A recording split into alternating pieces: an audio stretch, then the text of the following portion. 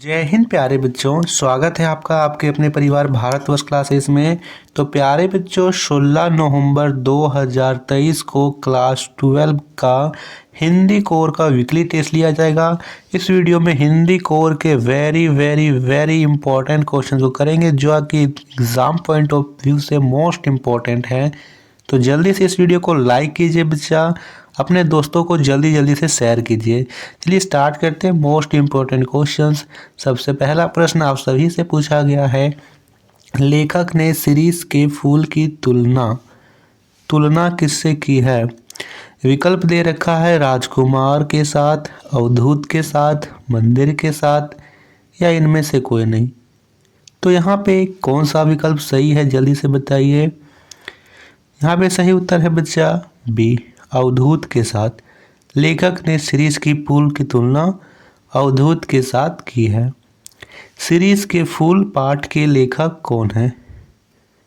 प्रेमचंद, रामचंद्र शुक्ल, हजारी प्रसाद, द्विवेदी, इनमें से कोई नहीं। तो यहाँ पे सही उत्तर सी है बच्चा, रामचंद्र शुक्ल शिरीष के फूल के लेखक होते हैं। शिरीष के फूल लेखन की कौन सी विधा है?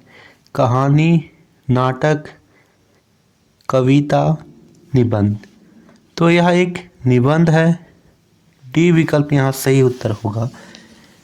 चौथा प्रश्न करते हैं, लेखक पाठ में किस मौसम की बात कर रहे थे? आषाढ़, भादो, ज्येष्ठ या इनमें से सभी। तो लेखक इस पाठ में ये सभी मौसम की बात कर रहे हैं। वे कहते हैं कि किस प्रकार जेठ के मौसम में भी शिरीष का फूल लहलहा रहा है, इसी प्रकार वे आगे आषाढ़ और भादो की भी बात करते हैं। तो ये तीनों मौसम की बात कर रहे हैं। आरगवध के पेड़ का 15 दिन के लिए लहलहा उठना किसे पसंद नहीं था? तुलसीदास, सूरदास, कबीरदास या इनमें से कोई नहीं। तो केवल 15 दिन के लिए लहलहा उठना तुलसीदास जी को पसंद नहीं था। ये विकल्प सही है। शकुंतला का प्रेमी किसे कहा गया है? राजा बलि, राजा दुष्यंत, राजा मैधव या इनमें से कोई नहीं। तो राजा दुष्यंत को, बी विकल्प सही उत्तर है। सातवां प्रश्न दे रखा है, कवि अंधकार को किसके माध्यम से प्रस्तुत करना चाहता है? पीली फूल के, नीली शंख के, श्वेत जल के या इनमें से कोई नहीं। तो सही उत्तर यहाँ पे बी होगा बच्चा, कवि अंधकार को नीली शंख के माध्यम से प्रस्तुत करना चाहता है। उषा कविता के कवि कौन है? मीराबाई, शमशेर बहादुर सिंह, माखनलाल चतुर्वेदी या इनमें से कोई नहीं।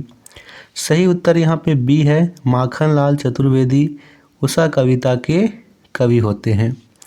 यहाँ पे आप सभी को कमेंट करना है, शमशेर बहादुर सिंह का जन्म कहाँ हुआ था? आप सभी यहाँ जल्दी से कमेंट कीजिए कि इनका जन्म कहाँ हुआ था और कब हुआ था।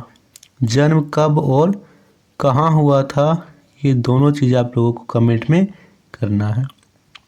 उषा का जादू कब टूटता है? सूर्योदय के समय, सूर्यास्त के समय, रात्रि में या इनमें से कोई नहीं। तो सूर्योदय के समय उषा का जादू टूटता है, ये विकल्प सही है। कवि ने राख से लिपा हुआ गीला चोखा किसे कहा है? भोर के आकाश को, भोर के नभ को, भोर की चिड़िया को या इनमें से कोई नहीं। तो कवि ने भोर के नभ को राख से लिपा हुआ चोखा कहा है, बे विकल्प सही होगा। सुख किसके समान चंचल और अस्थिर है? तो सुख मन के समान चंचल और अस्थिर है, सी विकल्प सही उत्तर है। रुद्ध घोष है क्षुब्ध दोष, यहाँ क्षुब्ध का क्या अर्थ है? दुख, सुख, खिन या इनमें से कोई नहीं। तो यहाँ क्षुब्ध का अर्थ खिन है, सी विकल्प सही उत्तर है। 13वां प्रश्न है बच्चा, बादल कविता का आवाहन किस प्रकार होता है? शांति का, क्रांति का, सुख का या इनमें से कोई नहीं। तो ये क्रांति का आह्वान है। बादल किसका है? क्रांति का। अगला प्रश्न है, मोहनजोदाड़ो के वास्तुकला की तुलना किस नगर से की गई है? दिल्ली, पटना, चंडीगढ़ या इनमें से कोई नहीं। तो इसकी तुलना चंडीगढ़ से की गई है ना। हरियाणा और पंजाब इन दोनों की संयुक्त राजधानी चंडीगढ़। मोहनजोदाड़ो में महाकुंड की गहराई कितनी थी? 9 फुट, 10 फुट, 15 फुट या 7 फुट। सही विकल्प यहाँ पे डी होगा, 7 फुट थी।